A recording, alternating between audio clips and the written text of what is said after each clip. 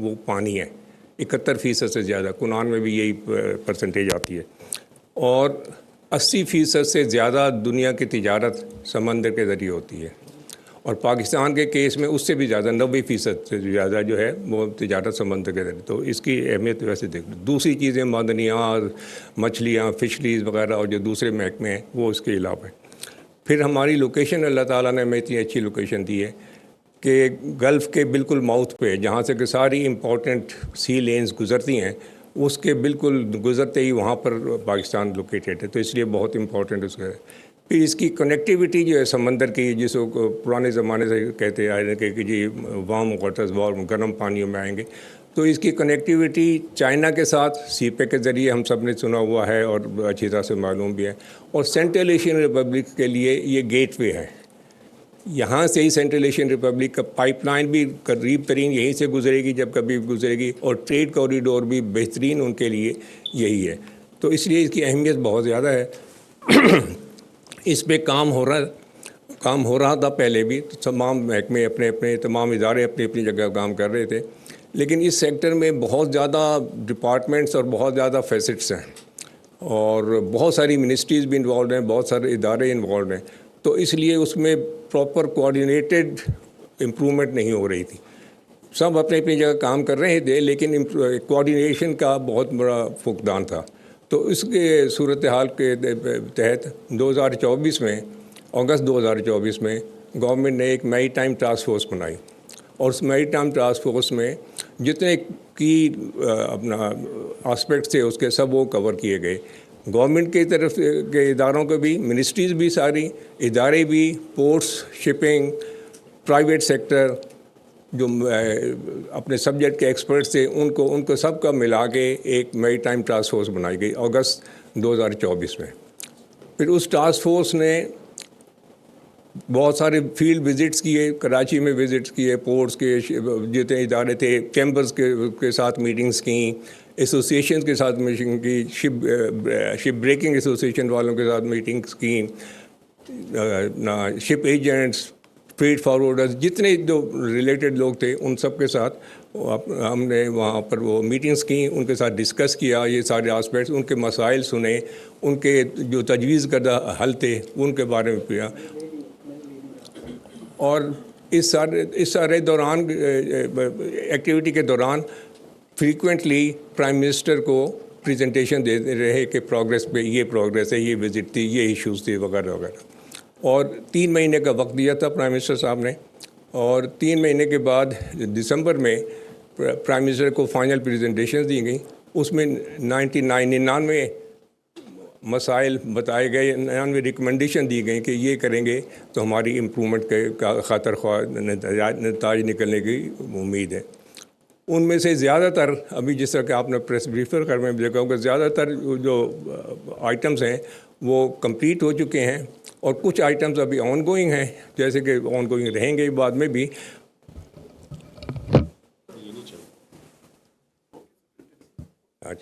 تو کچھ آئٹمز ابھی بھی آن گوئنگ ہیں، اور لیکن زیادہ تر 99 میں سے 84 کمپلیٹ ہو چکے ہیں، اور باقی آن گوئنگ ہیں. تو ان پہ بھی پروگریس ابھی جاری ہے. کوآرڈینیشن کے لیے اس ٹاسک فورس کا سب سے پہلا جو اپروچ تھی، وہ اپروچ کے بارے میں بتا دوں کہ اس اپروچ تھی ہماری کہ پاکستان فرسٹ، چاہے گورنمنٹ سیکٹر ہو یا پرائیویٹ سیکٹر ہو، سب مل کے اس کو کوآرڈینیٹڈ ایک آگے پر بڑھیں گے تو جب بات بنے گی. اگر گورنمنٹ اپنی طرف سے ایک ٹاسک فورس ہوگا کہ اپنی ایکٹیویٹیز کرتے رہیں گے تو اس سے ہوگا نہیں. تو اس لیے پرائیویٹ سیکٹر بھی انوالو تھا، گورنمنٹ بھی، اینڈ ود ان گورنمنٹ کوئی انڈیویجول منسٹری یا انڈیویجول پورٹ یا انڈیویجول ادارہ نہ، اس کا پورے government, whole of government approach جیسے کہتے ہیں اس کو، ہول آف گورنمنٹ، بلکہ اس سے بڑھ کے کہ ہول آف پاکستان اپروچ، کہ پاکستان کے مفاد میں سب سے بہترین چیز کیا ہے، سب کو انٹیگریٹ کر کے. اس کی ٹاسک فورس کی جب ریکمنڈیشن دی تھی، اس میں یہ خاص ریکمنڈیشن یہ تھی کہ جی بہت ساری ریکمنڈیشنز دے دی جاتی ہیں، لیکن پھر ہمارے یہاں انفارچونیٹلی وہ اس پہ پھر امپلیمنٹیشن نہیں ہو پاتی. تو اس لیے اس کے امپلیمنٹیشن کرانے کی ضرورت ہے. تو یہ ریکمنڈیشن بھی اپروو ہو گئی تھی. تو پھر میری ٹائم ٹاسک فورس کی ایک امپلیمنٹیشن کمیٹی بنا دی گئی. اس امپلیمنٹیشن کمیٹی میں ہم ریگولر میٹنگز کرتے ہیں، اور اس کی ابھی 13 میٹنگز کر چکے ہیں، اور 15 ہم فوکس گروپ میٹنگز کر سکیں, یعنی کہ کیونکہ گروپ میں زیادہ لوگ ہیں تو فوکس جس ٹاپک پہ ہے اس ٹاپک سے ریلیٹڈ میں اس کی میٹنگ کی ہیں. پورٹس کا ماسٹر پلان بنانے کے لیے آپ کے کویشچن آنسر سیشن میں اس کو مزید ایکسپلین کرنا چاہوں گا کہ اس کی کیا ضرورت ہے کہ پورے نیشنل لیول پہ ایک پورٹس کا ماسٹر پلان ہو, ہر پورٹ اپنی اپنی جگہ کام نہ کرے. تو اس قسم کے ان کی ساری میٹنگس وغیرہ کر کے ابھی ریگولرلی وہ میٹنگس بھی ہوتی ہیں, اس کی پروگرس پھر ریپیٹڈلی پرائم منسٹر کو اور فیلڈ مارشل صاحب بھی موجود ہوتے ہیں, ان میں جو ہے نا ان کو پریزنٹیشن دی جاتی ہے, اور ان کی مکمل سپورٹ سے ہی آف کورس یہ چیز آگے بڑھ رہی ہے, اور بہت سارے ماشاء اللہ اس میں انہیں تو چیزہ جو اچیومنٹس ابھی تک ہوئی ہیں اس میری ٹائم ٹاسک فورس کے, وہ میں آپ کو بتلاتا چلوں, اور تفصیل سیکرٹری صاحب اور ممبر صاحب پھر آپ کو بتلا دیں گے. اور کویشچن آنسر سیشن میں آپ جو بھی چاہیں گے تو میں آف کورس اس کے لیے جواب دینے کے لیے پوری کوشش کروں گا. ایک دو پورٹس کا پہلے سب سے دیکھ لیں. پورٹس میں بہت سارے کام ہوئے ہیں پورٹس میں, اور پورٹس کے اندر ایک تو پورٹس کی اپنی مینجمنٹ ہے اس میں ہوئے ہیں. پھر پورٹس کے اندر ٹرمینل آپریٹرز ہوتے ہیں جو کہ کنٹینر وغیرہ کے ٹرمینل آپریٹر ہیں, ان کے ایشوز تھے. پھر پورٹ کے اندر بہت سارے ادر گورنمنٹ ایجنسی جن کو کہتے ہیں, جیسے کہ کسٹمز کے ریلیٹڈ ہیں, پلانٹ پروٹیکشن والے ہیں, اور کوالٹی کنٹرول والے ہیں. وہ سارے اداروں سے کوئی نہ کوئی مسئلہ, ان کے لیے باڈیز باہر تھی, ان کے لیے باڈیز بھی ہم اندر کر گئی. کسٹم والوں نے اپنا اسٹاف زیادہ لگائے ہیں, جو ٹائم تھا جس میں کہ پورٹ آپریٹ کرتی تھی وہ بہت کم تھے. لائٹنگ کے ارینجمنٹس نہیں تھے رات کو وغیرہ, اسکینرز نہیں تھے, یا اسکینرز تھے تو کم تھے اور وہ بالکل اوبسلیٹ ہو چکے تھے. تو اب نئے اسکینرز بھی لگ چکے ہیں, اور کسٹم والوں نے بہت اس پہ کام کیا ہے, اور بہت تو اب وہ جو ہے اوور آل پورٹ کی پرفارمنس سیکرٹری صاحب بھی آپ کو تفصیل سے بتائیں گے. کے پی ٹی کی ایک سال کے اندر ورلڈ رینکنگ 30 پوزیشنز آئی ہے, بہتر ہوئی ہے. 99 پوزیشن تھی ایک سال پہلے اور اب 69 ہے, اور پورٹ قاسم کی 18 درجے اور بہتر ہو گئی ہے. پہلے ہی پورٹ قاسم کی بہتر ہے, پورٹ قاسم کی رینکنگ جو ہے کے پی ٹی سے بہتر ہے, اور لیکن وہ بھی پچھلے سال کے مقابلے میں اب 18 پوزیشن اس کی بہتر ہو چکی ہیں. دوسرے ایک رینکنگ ہوتی ہے اپنا اسی میں ورلڈ پورٹس کی رینکنگ میں کہ جی کون سی پورٹس جو ہیں سب سے بہتر امپرومنٹ دکھائی ہے انہوں نے چند سالوں میں. یہ تو نا ٹوٹل رینکنگ جو کون سی سب سے, تو پورٹ قاسم جو ہے وہ پہلے 9 بیسٹ امپرووڈ پورٹس میں شامل تھا. اب اس سال پورٹ قاسم جو بیسٹ 5 انٹرنیشنل امپرووڈ پورٹس میں شامل ہے. تو ماشاء اللہ پورٹس میں کافی امپرومنٹ ہے.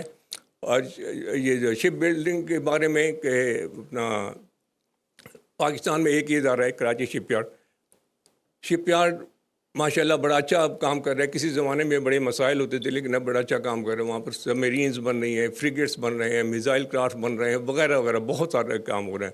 اور میں ایکچولی دعوت دوں گا کہ آپ لوگ ضرور اس کو وزٹ کریں تاکہ آپ کو پتہ چلے وہاں پر بھی کیا ہو رہا ہے. لیکن کمرشل شپس کی بلڈنگ میں وہاں پر کچھ پروگریس نہیں ہو پا رہی تھی, بہت سارے کچھ مسائل تھے.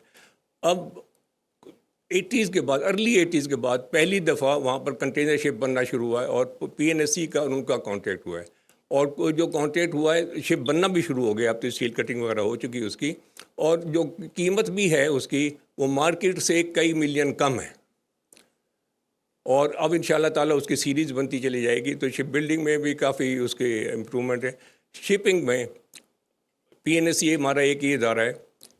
آپ لوگوں کو پتہ ہوگا کہ پہلے جب پاکستان بنا تھا تو شپنگ سیکٹر میں ہمارے زیادہ تر نہیں بلکہ ٹوٹلی پرائیویٹ کمپنیز تھیں,